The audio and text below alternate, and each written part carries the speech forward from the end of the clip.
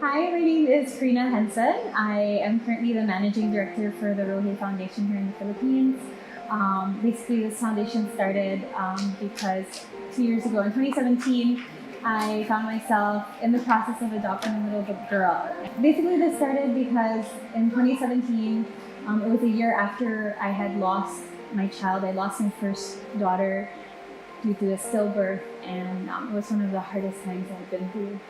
But through that experience, it was like something opened up inside of me. And as I was grieving the loss of my first daughter, I felt like something was happening in my heart, and I was so sensitive, and just the value of life. I was starting to see really the value of life and the value of one life, and it led me to really explore what was happening in our nation. I was being exposed to things like child trafficking and just the realities of this issue in our country, and the realities of our orphanages and the institutions that we have that rescue and care for some of these children. And as I was doing that, it basically led me to leave my corporate job. I was a host and a producer for a consulting company in Singapore, and found myself back in Manila, now trying to start a foundation to kind of see how we could help and improve our adoption system here. So to make a long story short, through the starting of the foundation, of the Rohe Foundation here in Manila, I found myself adopting a little girl. Her name is Chloe, and she's just completely changed our lives. So that's become my full-time job. Some days I feel very unqualified to be doing nonprofit work, given my whole life I was doing corporate work. Suddenly I found myself in this space, but I feel like it's such meaningful work that I can no longer see myself doing anything else. Although my mom taught us a lot of practical things, I think what was really imparted to me was just her heart to serve. And she just did everything so excellently. She just did things so well. And it was out of this heart to serve, and I have very few memories of her stopping to think about herself above us. It was always what was best for us, what was best for her kids. And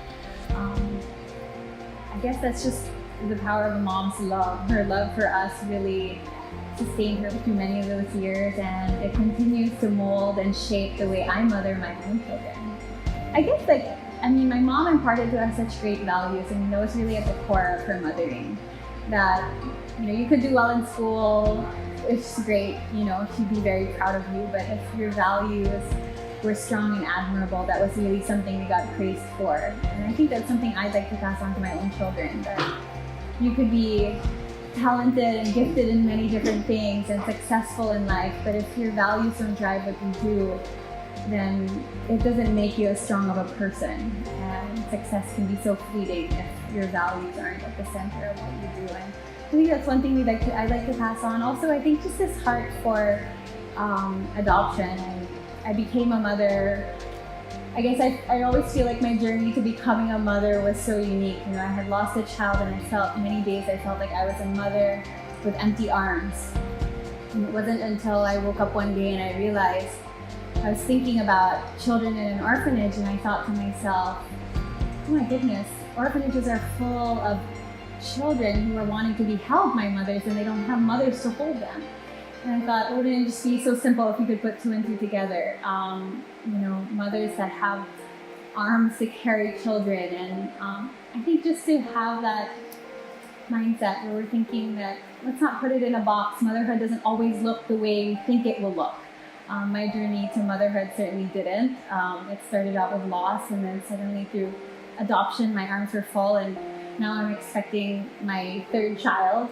And so it just feels like just this openness to see and how God might move and bring motherhood into your life, and however that might be, that it's a gift and it's a blessing, it's a joy, it's worth celebrating. Pass it on, Mom. All right.